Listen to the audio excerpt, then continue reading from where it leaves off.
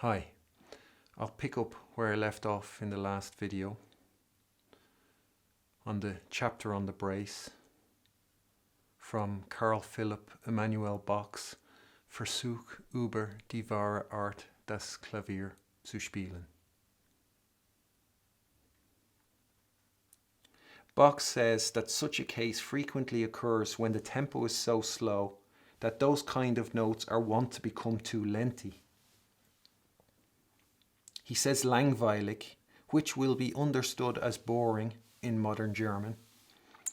But I think here Bach is using the word with the actual sense of the two words that comprise langweilig, lange and weile, in mind, which translate to long time or long while. You know, me love you long time. So there I picked lengthy as to translate langweilig instead of boring. The brace after a dotted note also comes in at cuts, Einschnitten. Again, you can see the cut ending with what one could imagine would be a half cadence or an imperfect cadence on the chord of 5 in the key of C major.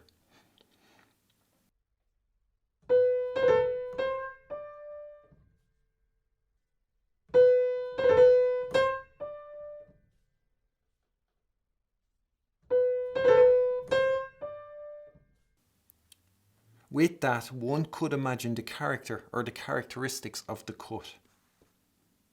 Another big element missing in Lilliput and their role of honours teaching.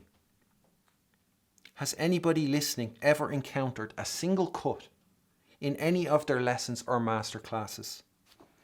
Whether the ones they personally attended or participated in or ones they've seen on YouTube. I know I haven't. And I have been through the same system as you're going through or have been through. I'm not some alien from a different planet, even though, you know, that's how they'll, you know, that's the lack of loyalty. That's how they'll turn on you if you don't parrot what they've told you. They don't know you. They don't know you. Even though they're meant to be, they'll waffle you full about how valuable you'll be after what they're providing. And it's all waffle. It's all meaningless just to keep you asleep till you're gone because they're only interested in your money. That's it. And they provide nothing. They will take every talent and destroy it, suppress it. And they'll put, no matter how talented the student, they'll be put in the cage. And then when you don't say what they endorse, all of a sudden you're worth nothing. And what you say is worth nothing, even though they tell you, they teach you to, you learn how to learn all this crap. It's all bullshit. I know everything everybody else knows in the cage in Lilliput. And everything I say here is extra that I know beyond everything that everybody else knows.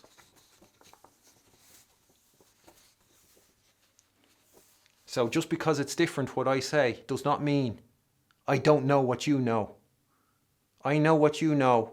I just choose to say this because this is the correct answer. This is the truth. The other thing is useless. You will find out as the years go by, if you choose to ignore this and follow what Lilliput tells you, what the roll of honour tell you, you will find yourself dissatisfied. You will find out that it does not live up to its promise, that it does not serve you.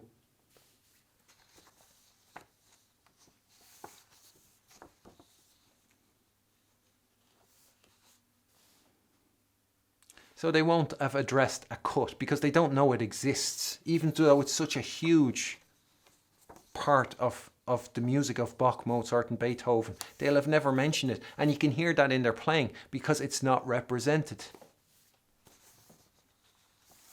They know nothing. They know nothing.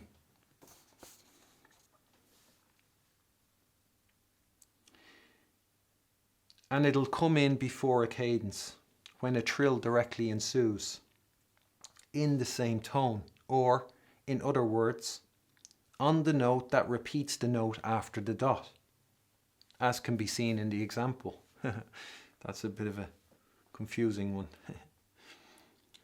There is a trill from below on the repeated A after the dotted G.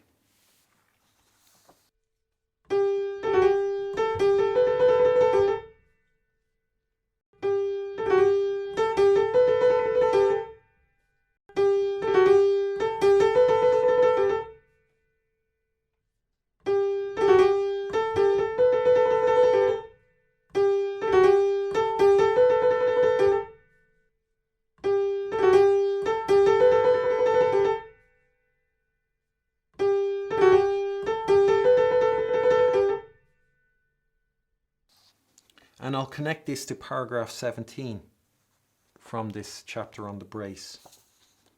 So in paragraph 17, Bach says, Die mit 1, 2, 3 und 4 bezeichneten Figuren, wobei aber die letzte Note allezeit die wiederholte mittelste sein muss, sind ebenso gewiss ein Sitz eines Trillers als eines Doppelschlags bei geschwindem Tempo.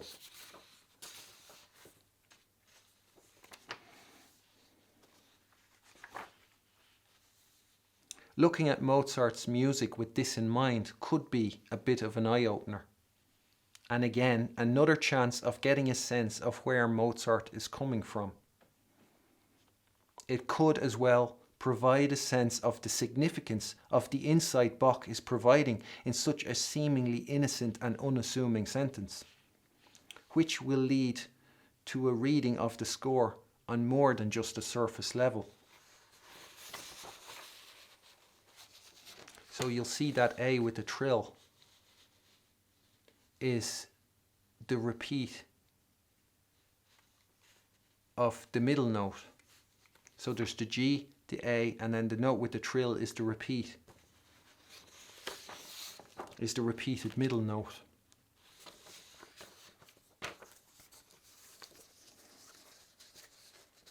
And you will see so many occasions of that in Mozart's music, and you will have never taught any, you'll have never been told anything about it before. But this opens a world of thought regarding that, knowing that, what the insight Bach is providing here. Again, you won't have heard it from your Lilliput professors from the Roll of Honour. You know, the Lilliput professors belong to the Roll of Honour.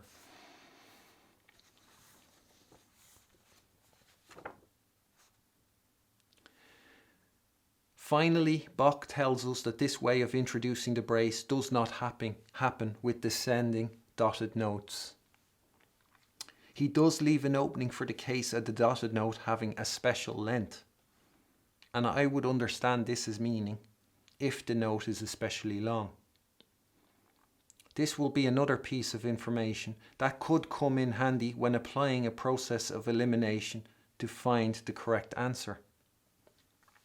With an ornament sign over a descending dotted note, one could be potentially able to rule out the brace, for instance.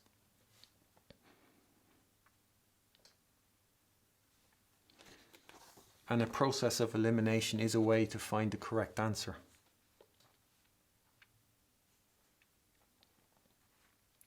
Then there is the example 3, which is, in my opinion, an interesting one.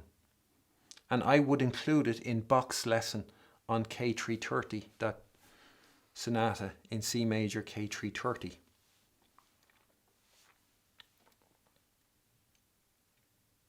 Which isn't composed by Mozart, but is believed by Lilliput and its Roll of Honour to be composed by Mozart. How can one understand that, what he says about it? You know, about that example 3. Bach says, the example 3, when it ought to be filled out with this ornament, represents the actual seat of the brace, because a trill instead, both over the first note as well as after it, is always wrong. Is Bach talking about the T-or sign over or as well after the first note as being always wrong, or the trill itself being always wrong? Unfortunately, he doesn't specify the sign of the T-or dot, das Zeichen des T-or Punkt. He doesn't specify it, unfortunately. This is yet another figure like that in the second bar of K.330.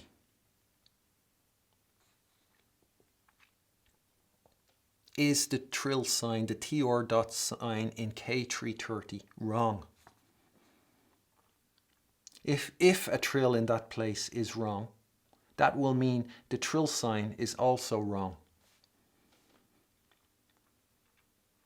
Regarding the function of trills, Bach says they beleben den Gesang, that they enliven the melody. He doesn't say they are there for the filling out, the Ausfüllung. If that C in K.330 is a note to be rather filled out than enlivened, then the trill and its sign are incorrect.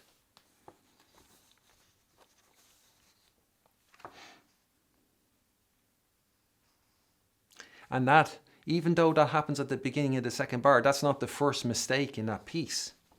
And you'll find people, Muppets in the Roll of Honor, exclaiming what a masterpiece that is. And I would love it if they could be branded with that, so they can, and when it's found out that Mozart did not compose that piece, and that it was rather composed by a Lilliput composer where the whole thing is littered with mistakes, that they could be branded by that proclamation that they made about what a masterpiece K.330 is, so that they can never pretend to be something other than what they are. And I know that, I don't care if nobody believes me, because I know it would need. I mean, I know it from on the musical level. From my understanding of music, I know that wasn't Mozart. But I know, for an adequate kind of proof would need to be found with evidence, by a historian or something. And I would say to them, or a investigator, whatever it is, who searches for the evidence that Mozart didn't compose K.330. And I would say the way to find the evidence that Mozart didn't compose K.330 would be to search for the evidence that he did compose it. Because I know there is no hard evidence that proves he composed K.330, and I know it doesn't exist because he didn't compose it. And you not find that funny, that there's no evidence that Mozart composed it, yet the Roll of Honor are going off as if he did, without any evidence that he composed it. Goons. I don't know if I should hold back, really. I have the monopoly on the right answer here. I can be ignored. I can, people can pretend I don't exist and all. But this is where the truth is. This is where the correct answer is. And future generations, if they evolve, if they,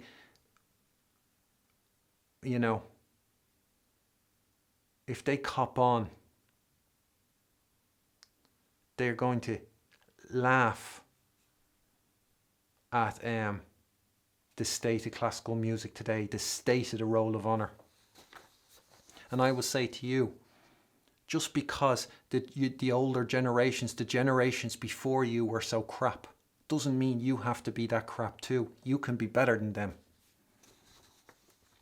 And you can face, the future generations and stand tall that you weren't so crap.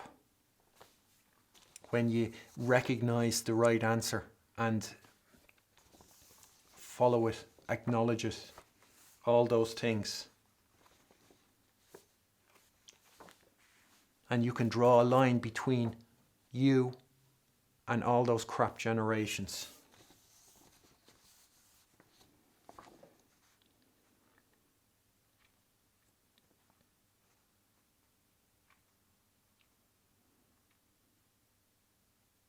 Originally, I had thought that Bach was saying the trill here is always wrong, and that this is where the brace belongs, like it's the true spot or scenario for a brace, comprising all the elements for the brace to emerge. You know, that's what I had originally thought. It's not. One can see from the B-flat major sonata by Mozart that I uploaded, the first movement I uploaded, Mozart adds a trill to that, to the same sort of figure. And I think this was the sonata that whoever composed K.330 was using as a model. Maybe because they liked how complicated it looked with all the, 30-second notes instead of... And there Mozart perfectly adds the trill to that same sort of figure. And the length of the note is exactly right for the trill. And he makes none of the mistakes the composer of K.330 makes. The B-flat is a masterpiece. K.330 is mediocrity. And what happens with mediocrity is... And I say that because it's pretending to be Mozart. So I'm looking at it with those standards in mind. If it was a student or something and it was their attempt at a sonata, I wouldn't be talking about it the same, but it's posing as a Mozart sonata. And the thing is, with such a bad... this won't happen with the role of Lilliput's Roll of Honor or anything, because they only deal in notes and noise. But the greater the perfection you achieve in your playing, the worse such a composition is going to sound, because you're not dealing in notes and noise, you're bringing out the true music of the composition, the true voice of the piece. And that voice, the more perfect you play it, the uglier it's going to become. The more bland, monotonous, just ugly, ugly sounds, ugly intervals. Everything will get uglier and uglier. Horrible rhythm.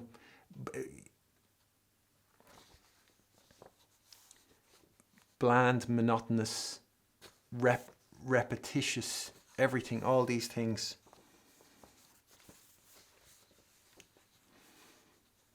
That's the thing about it. I can't play that piece. I mean, I don't play it anymore. I've stopped. Once I figured out it wasn't Mozart at all, that was it. It was like I was liberated from that thing, because I was always playing it before and trying to find the Mozart in the piece, but he was nowhere to be found because he didn't compose it. And the more perfect you play that, the uglier it's going to become. There's a lot of music out there that Lilliput, the Roll of Honor, considers masterpieces, because they've no clue that that'll be the case. The more perfect you play it, the more the shortcomings of the composition will come to the fore. And this piece is one of them. Yeah, so trills can occur. So Bach is not saying that the trill is wrong here. But he could be saying the trill is wrong when it comes to the filling out the note, because the trill opening that B-flat major sonata does not fill out the note. That is not used for the filling out of a note.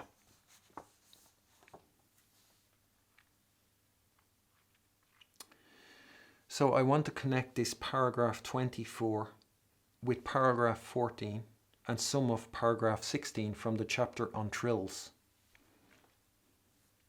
Punktierte Noten, worauf eine Kürze im Hinaufgehen folgt, leiden auch Triller mit dem Nachschlage E.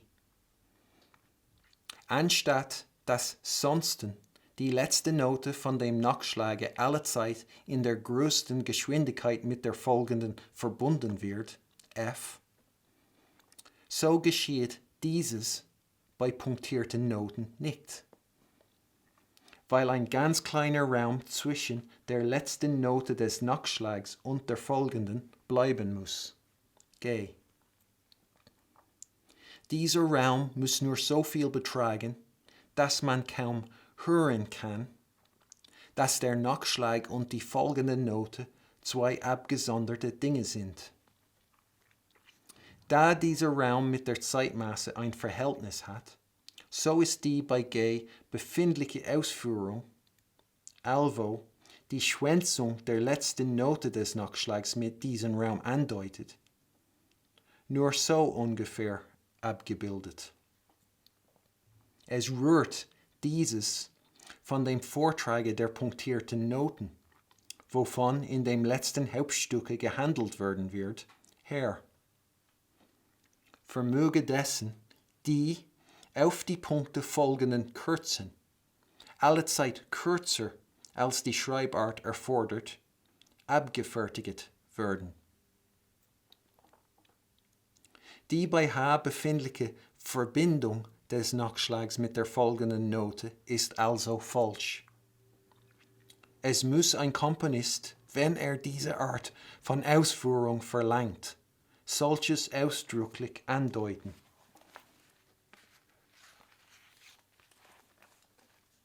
Die Triller ohne Nachschlag lieben eine heruntergehende Folge, Figur 28a, und kommen überhaupt über kurze Noten vor, B.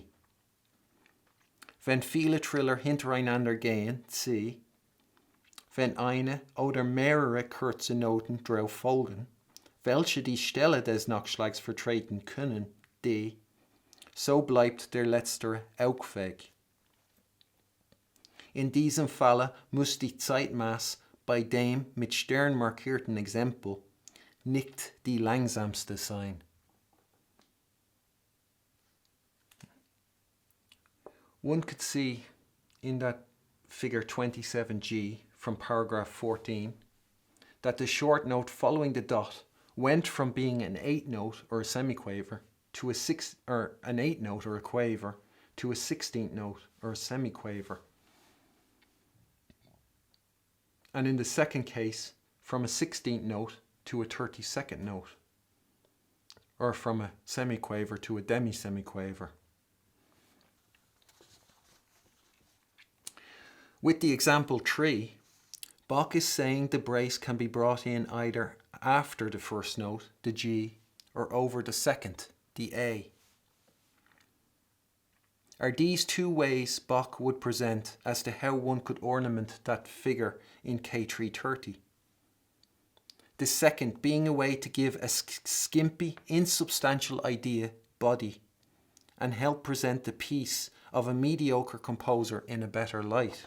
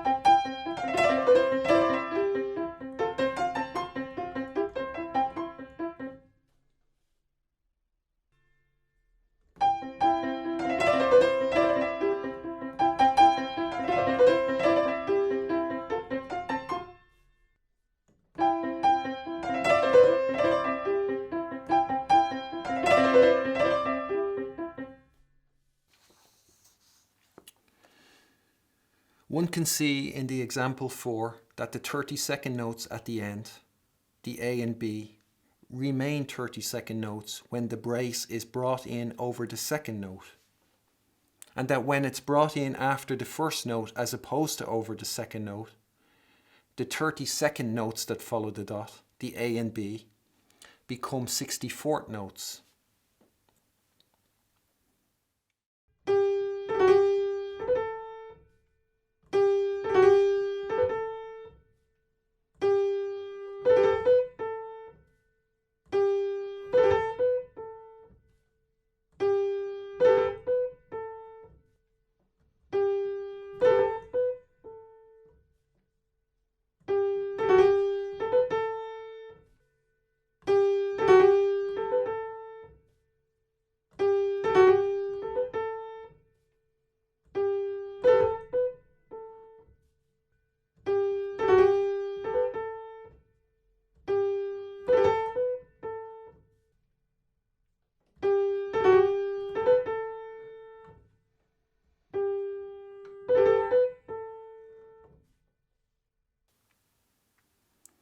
There will be upcoming information from Bach that I'll be connecting to this.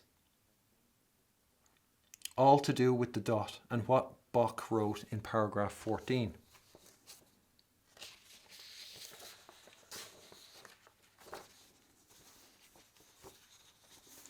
This example reinforces what I said at the time when connecting paragraph 13 to paragraph 14 from the chapter on trills, with regard to figure 27D, where, when Bach says the following the dot short notes are always executed shorter than their notation calls for, I said that implicit in the text was that this also applies to when more than one short note follows the dot.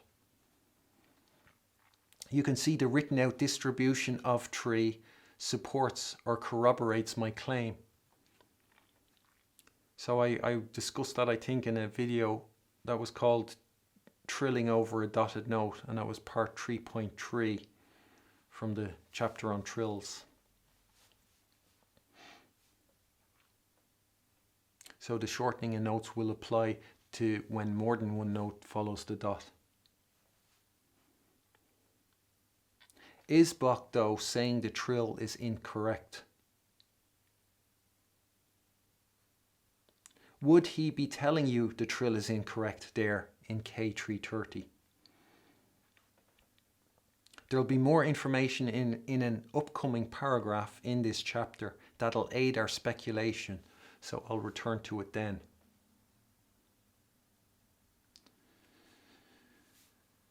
There'll be, there'll be more on that lesson on K.330, but there's something there to think about.